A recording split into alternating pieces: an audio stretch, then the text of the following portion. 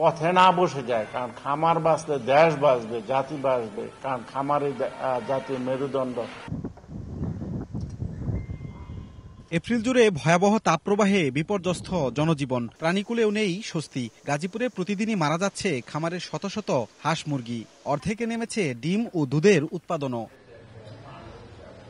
এ অবস্থায় মঙ্গলবার দুপুরে গাজীপুর ডেইরি ফার্মার্স অ্যাসোসিয়েশন সংবাদ সম্মেলনে গত এক মাসে খামারগুলোর ক্ষতির পরিমাণ তুলে ধরে। এ সময় জেলাতে প্রায় লক্ষাধিক খামারির 500 কোটি টাকার অধিক ক্ষতি হয়েছে বলে দাবি করেন তারা। খরচ কিন্তু বেড়ে যাচ্ছে, কিন্তু উৎপাদন খুব কমে যাচ্ছে। সুতরাং আমরা খামাররা অলমোস্ট পথে বসে যাচ্ছি। 25 থেকে 30 হাজার খামারি আছে। আমি অনেকের সাথে যোগাযোগ করে দেখেছি, সবারই একই অবস্থা। সো আমাদের ধারণা কমপক্ষে 500 কোটি টাকা এর ঊর্ধ্বে ক্ষতি হয়ে গিয়েছে এই এক মাসে। পথে না বসে যায়, কারণ খামার বাঁচলে দেশ বাঁচবে, জাতি বাঁচবে, কারণ খামারই জাতির মেরুদণ্ড।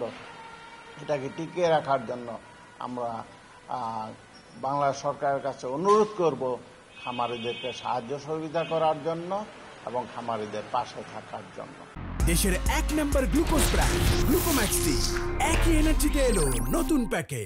তাপপ্রবাহের কারণে পথে বসে যাচ্ছে জেলার খামারিরা, অনেকেই ব্যাংক লোন নিয়ে বিপাকে পড়েছেন। এ অবস্থায় ব্যাংক সুদ মওকুফের দাবিও জানানো হয়। আমরা চাই যে আমাদের এই লোনগুলো যেগুলো আছে, এটার ইন্টারেস্ট যেটা সুদটা আছে, এটা যেন সরল সুদে মওকুফ করে দেওয়া হয়।